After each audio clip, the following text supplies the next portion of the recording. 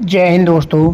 आज हम इस वीडियो में बात करने वाले हैं एसएससी जीडी 2024 की भर्ती के बारे में कि इसमें आप अपना स्कोर कैसे अच्छा कर सकते हैं और किस प्रकार से एसएससी 2024 की आने वाली वैकेंसी में अपना सिलेक्शन पक्का कर सकते हैं। तो सबसे पहले वीडियो आप पूरा देखें, अंत तक ज़रूर देखें। आज की इस वीडियो में आपको संपूर्ण जानकारी मैं इसमें देने वाला हूँ। सबसे पहले दोस्तों, किसी भी तैयारी करने से पहले उसके बारे में हमें पूरी जानकारी होनी चाहिए। मान लीजिए आप एसएससी की तैयारी कर रहे हैं जीडी की, तो जीडी की पूरी जानकारी होनी चाहिए। यूपी पुलिस की कर रहे हैं यूपी पुलिस की, और दिल्ली पुलिस की कर रहे हैं दिल्ली पुलिस की। उसके पेपर के बारे में आपको पूरी जानकारी होनी चाहिए कि क्या पेपर में आने वाला है और क्या नहीं। तो सबसे पहले आपको इसके सिलेबस को ध्यानपूर्वक पढ़ लेना है और देखना है कि कौन कौन से टॉपिक इसमें कौन कौन से सब्जेक्ट में आपको दिए गए। दोस्तों, अगर हम सिलेबस की और पेपर की बात करें तो कंप्यूटर बेस्ड आपका एग्जाम होने वाला है। जो आपका एग्जाम है वो कंप्यूटर बेस्ड होने वाला है और 20-20 नंबर की आपकी चारों चीज़ें आने वाली हैं। हिंदी, मैथ, रीजनिंग और जीके, ये 20-20 नंबर की आपकी आने वाली है। हिंदी या इंग्लिश में से कोई आप एक चॉइस कर सकते हैं। बाकी मैथ, रीजनिंग, जीके ये सब 20-20 नंबर की, मतलब 20-20 क्वेश्चन आपके आने वाले हैं और जिसके नंबर होने वाले हैं वो 40-40 नंबर की होने वाली है। अगर टाइम की बात करें तो 60 मिनट का आपको इसमें टाइम मिलने वाला है। तो ये हो गया आपका पेपर का पूरा परफॉर्मेंस, मतलब किस प्रकार का आपका पेपर आने वाला है। इसमें 80 क्वेश्चन आने वाला है, प्रत्येक क्वेश्चन 2 नंबर का होने वाला है। इसमें नेगेटिव मार्किंग भी आती है। तो ये तो आपने समझ लिया कि पेपर किस प्रकार आएगा। अब इसी प्रकार नीचे सिलेबस देख लीजिए इसका कि कैसा सिलेबस है, क्या सिलेबस है, उसके अकॉर्डिंग आपको तैयारी करनी है। अगर आप इसमें सिलेबस की बात करें तो सबसे ऊपर जो इसमें टॉपिक हैं वो रीजनिंग के टॉपिक आपको दिए गए हैं। इस प्रकार से क्वेश्चन दिए गए हैं। बाद में आते हैं जनरल नॉलेज और जीके पर। ये जीके के आपकी दी गई है। आप इसे हिंदी इंग्लिश दोनों में डाउनलोड कर सकते हैं इसकी ऑफिशियल वेबसाइट पर जाकर। अगर आपको इंग्लिश में पढ़ना नहीं है तो आप इसे हिंदी में भी आपको ये डाउनलोड हो जाएगा।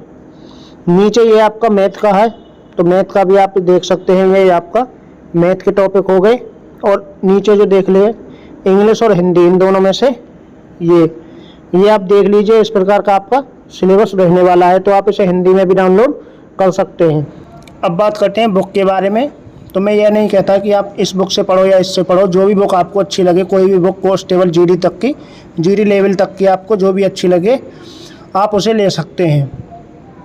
एसएससी जीडी में ज़्यादा डीपली क्वेश्चन नहीं आते हैं। मैथ की आप कोई एक बुक ले लें कांस्टेबल लेवल तक की, तो कांस्टेबल लेवल में ज़्यादा डीपली क्वेश्चन भी नहीं आते हैं। जैसे आप पुराने पेपर भी देख सकते हैं एसएससी जीडी के, तो उसमें ज़्यादा बड़े पेपर क्वेश्चन भी नहीं पूछे गए। 1 या 2 क्वेश्चन ज़्यादा ही थोड़ा बहुत हाई लेवल का हो जाता है, वरना नॉर्मल क्वेश्चन आते हैं।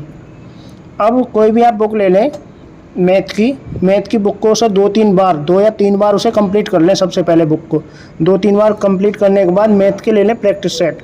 अब मैथ के इसके बाद में आपको क्या करना है, उसके प्रैक्टिस सेट लगाने हैं क्वेश्चन के, ओनली मैथ के। इसके बाद आप रीजनिंग की कोई भी बुक ले लें। मैं ये नहीं कहता कि ये बुक लो, वैसे अरिहंत की बेस्ट बुक है, उससे अच्छी भी कांस्टेबल लेवल की लाने को बुक है, जो भी आप लेना चाहो। तो रीजनिंग की बुक को भी आप 2-3 बार कंप्लीट करके फिर रीजनिंग के आपको प्रैक्टिस सेट लगा लें, ओनली रीजनिंग वाले। अब बात करते हैं हिंदी की।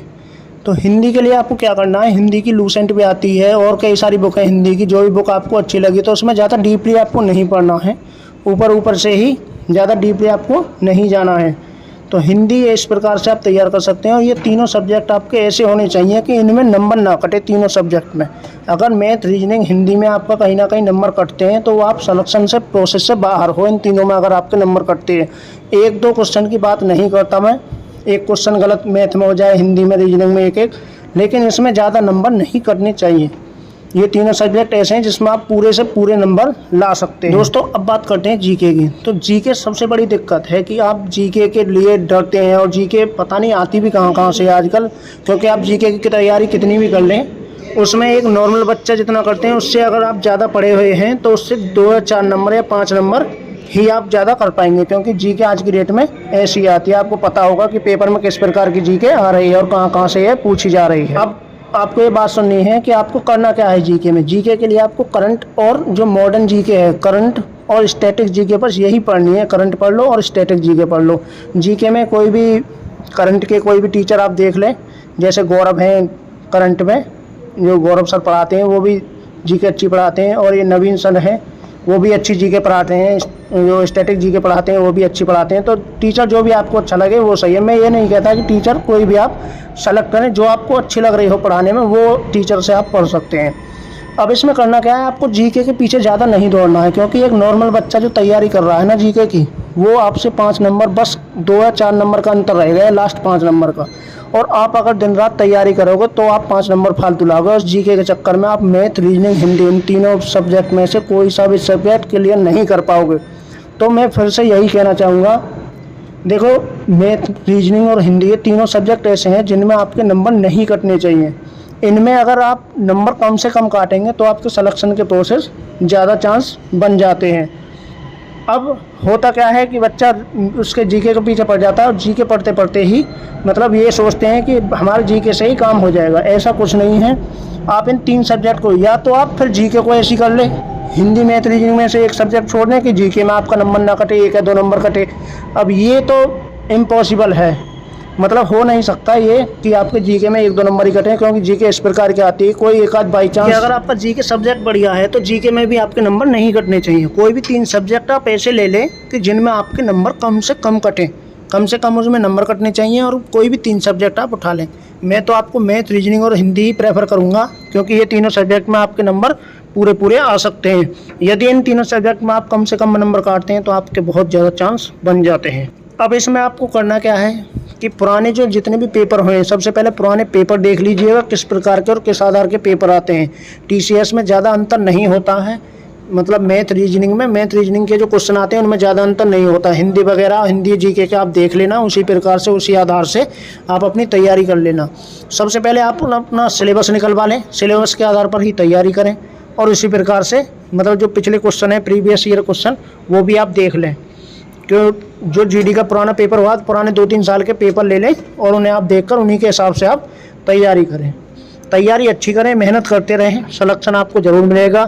जो बताई गई बातें हैं उन पर ज़रूर ध्यान दें, क्योंकि ये मेरा तजुर्बा है, मैं खुद जॉब कर रहा हूँ, तो कहीं ना कहीं आपको मैं सही सलाह दूंगा। क्योंकि जीके के पीछे हम भी बहुत भागे थे, जीके में हमें भी कुछ नहीं मिला, उसकी वजह से हमारे भी नंबर कटे हुए थे।